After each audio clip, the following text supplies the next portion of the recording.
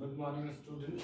I am RK Jha. I will teach you about the important question of board examination, especially for Bihar Board Final Examination 2020. बच्चों, मैं राहुल कुमार झा। मैं आपको math का very important question जो board exam में अक्सर पूछे जाते हैं उसके बारे में मैं बता रहा हूँ। वैसे मैंने 3 चैप्टर का पहले से बता दिया है, एक छोटा सा वीडियो मैं डाल चुका हूँ वेरी इंपॉर्टेंट क्वेश्चन का 3 चैप्टर तक का। आज मैं चौथा चैप्टर से शुरू करता हूँ। देखो बच्चों, जिन बच्चों को मैथ में पास होने का डर सता रहा हो, बहुत आसान है, थोड़ा ध्यान दो। मेरे समझ से हमें हार्ड क्वेश्चन की तरफ नहीं जाना चाहिए। छोटे छोटे क्वेश्चन जो हल्का होता है उस पर ध्यान फोकस करो तो निश्चित है कि तुमको अच्छे से अच्छे नंबर मिल सकते हैं। हम क्या करते हैं, हार्ड क्वेश्चन पर ज्यादा ध्यान देते हैं, जिस वजह से जो आसानी से समझ में आने वाला क्वेश्चन है उस पर हमारा ध्यान नहीं जाता है, और आसानी से जब हम नंबर ला सकते हैं वह हम मिस कर जाते हैं, उसको हम छोड़ देते हैं। बच्चों यहाँ देखो, चौथा चैप्टर में आपको फैक्टराइजेशन यानी गुणनखंड करके पहले आपने पढ़ा शून्यक निकालना। इसमें है फॉर्मूला से हम डायरेक्ट शून्यक निकाल लेते हैं। जैसे पहले ये जो समीकरण है इसको मैं चेक कर रहा हूं कि यह वास्तविक है या नहीं। जैसे d निकालना है, बी स्क्वायर माइनस 4ac एक फॉर्मूला है। यहाँ देखिए मैं लिख दिया हूँ a b c किसको कहते हैं, पहला अंक a, दूसरा अंक b, तीसरा अंक c। B square minus 4ac पर बैठा करके हम चेक कर लेते हैं कि यह सॉल्व होने वाला है कि नहीं। अगर इसका रिजल्ट 0 या उससे अधिक आया पॉजिटिव में तो सॉल्व होगा, नहीं तो नहीं होगा। अगर वह पॉजिटिव में d आया तब दोनों शून्य किसका या रूट इसको कहते हैं कि दोनों रूट या मूल, हिंदी में मूल कहते हैं, अल्फा और बीटा हम निकाल सकते हैं फॉर्मूला से। तो एक ये क्वेश्चन आप ध्यान से देख लीजिएगा, ये क्वेश्चन निश्चित रूप से आता है जो आप आसानी से बना सकते हैं। हार्ड क्वेश्चन में नहीं कर रहा, इसमें वर्ड प्रॉब्लम यानी लिखा हुआ सवाल भी रहता है, लेकिन आप इसको ध्यान दीजिएगा ताकि नंबर आए। दूसरा है एपी में। इससे पहले यहाँ देखिए हम सीधे 2 फार्मूला लिखे हैं, तो एपी में ये 2 फार्मूला आपको जानना है। तो उससे भी पहले रहता है कि एपी है या नहीं। आपको 4-5 नंबर दिया रहता है, 12, 16, 20, पूछेगा यह एपी है कि नहीं है। अगर सभी के बीच का अंतर समान है तो वह एपी होता है, नहीं तो एपी नहीं होता है। तो वो सब क्वेश्चन रहता है नहीं रहता है। लेकिन एन और एसएन निकालना, यानी आपको कहेगा कि भाई इस एपी का 4 टर्म जैसे 12, 16, 20 दिया है, तो बताओ 20वां टर्म क्या होगा।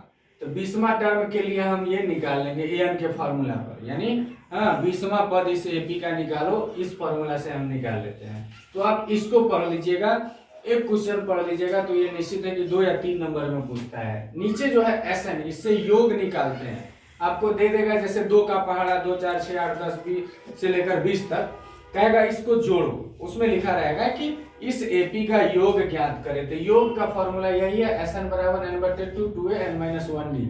अब अगर आपको ये नहीं समझ में आ रहा कि ए डी क्या है, ए कहते हैं पहले टर्म को, डी कहते हैं 2 टर्म के अंतर को, जैसे 16, 12 में 4 का अंतर है तो डी हो गया 4। एन कहते हैं कुल जितनी संख्या है, जैसे 2 से 20 तक के पहाड़ा में 10 अंक है तो एन बराबर 10।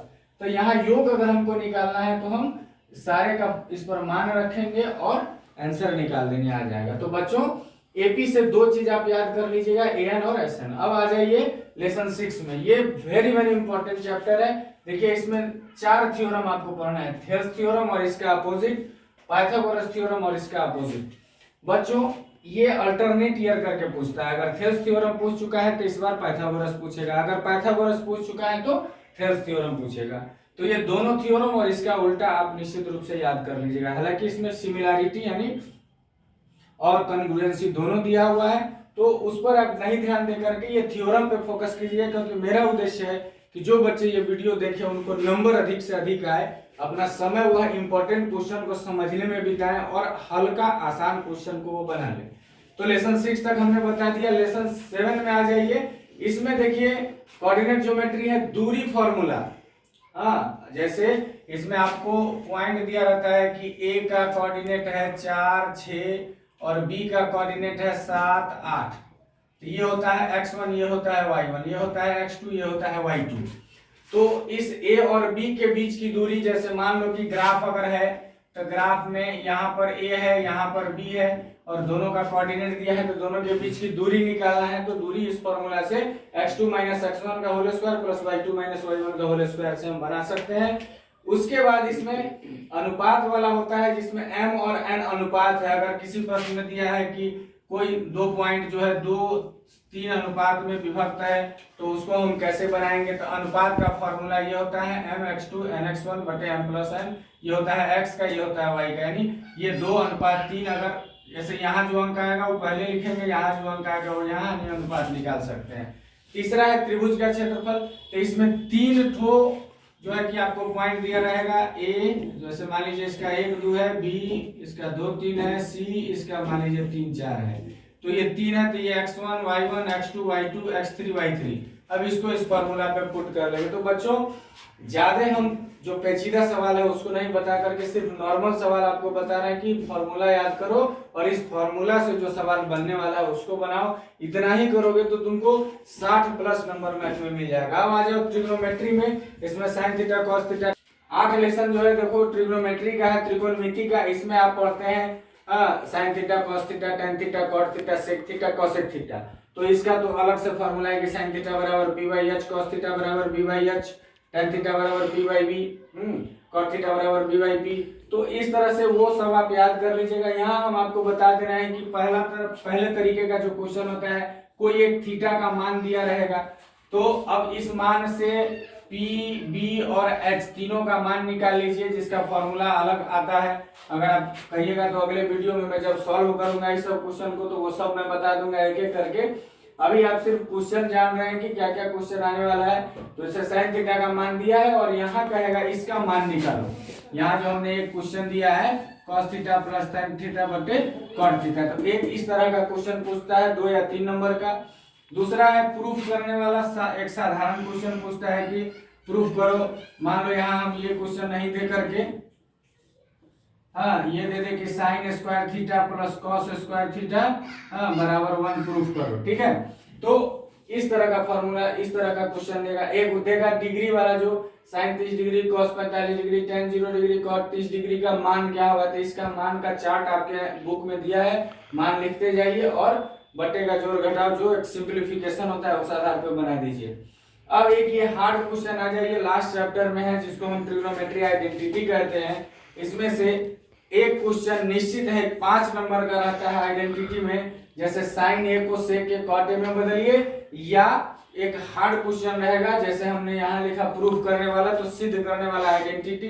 तो बच्चों अगर वो नहीं समझ में आए तो कोई बात नहीं, ऊपर वाला जो आसान है आप उसको समझ करके अच्छा नंबर पा सकते हैं। इसके बाद हाइट एंड डिस्टेंस लेसन 9 है। इसमें जो है एनसीईआरटी में 6ठे नंबर क्वेश्चन से डबल कोण वाला क्वेश्चन शुरू है, एक 30 डिग्री एक 60 डिग्री, 2 कोण वाला। तो ऐसा क्वेश्चन एक जरूर रहता है। ये भी ज्यादातर जो है कि दीर्घ उत्तरीय क्वेश्चन में रहता है। तो आप इसको 6 के बाद जो 16 तक या 14 तक जो भी क्वेश्चन है उसमें से एक क्वेश्चन निश्चित आता है, उसको आप रख लीजिएगा। यहाँ देखिए लेसन 10 में हम ज्यादा नहीं दिए हैं। इसमें ये 3 चीज है पाइथागोरस थ्योरम के आधार पे, और ये भी 90 डिग्री के आधार पे बनता है। इसमें आपको क्या रहेगा कि 3 जो साइड है इसका, इसमें से जैसे रेडियस दे दिया है तो कहे, और ये दे दिया है तो कहेगा ये निकालो, या इस तीनों में से कोई एक मिसिंग रहेगा जो आपको निकालना रहेगा। तो इसका भी जो ट्रिग्नोमेट्री वाला फॉर्मूला है AC स्क्वायर बराबर AB square plus BC square, इसी फॉर्मूला पे आप इसको बना सकते हैं, ठीक है। इसके अलावा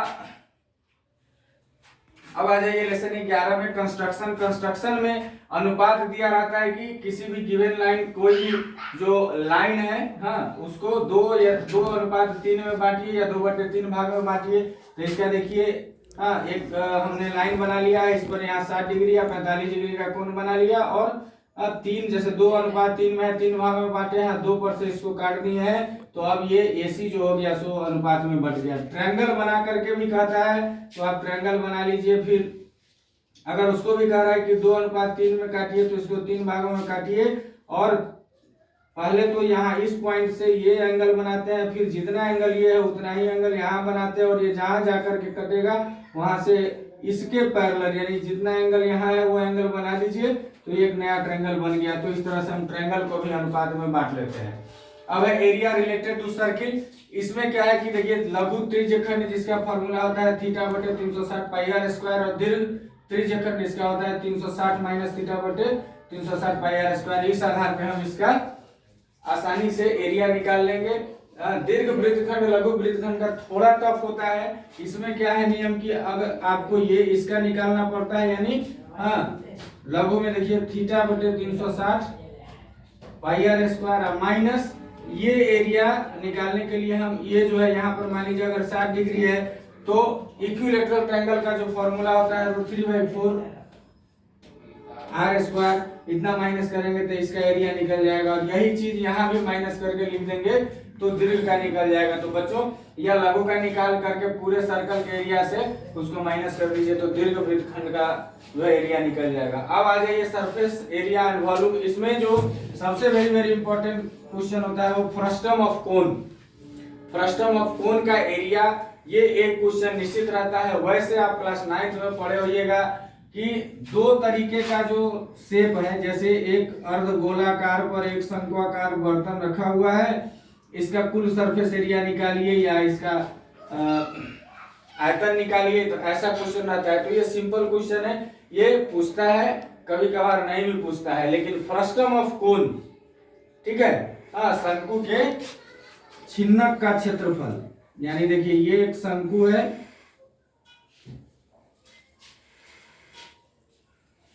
तो इसका छिन्नक यानी आधा कटा हुआ भाग यानी ग्लास के जैसा आकार का एरिया निकालना है। तो ये वेरी वेरी इंपॉर्टेंट है क्लास 10th के लिए, ये अक्सर पूछता है। ठीक है, अब आ जाइए लेसन 14 स्टैटिक। इसमें माध्य, माध्यक, बहुलक और बहुभुज, तो इसका अलग फॉर्मूला होता है L प्लस ऐसे करके। तो माध्य, माध्यक, बहुलक और बहुभुज, तो ये तीन में से एक जरूर हमेशा हर एक साल पूछता है।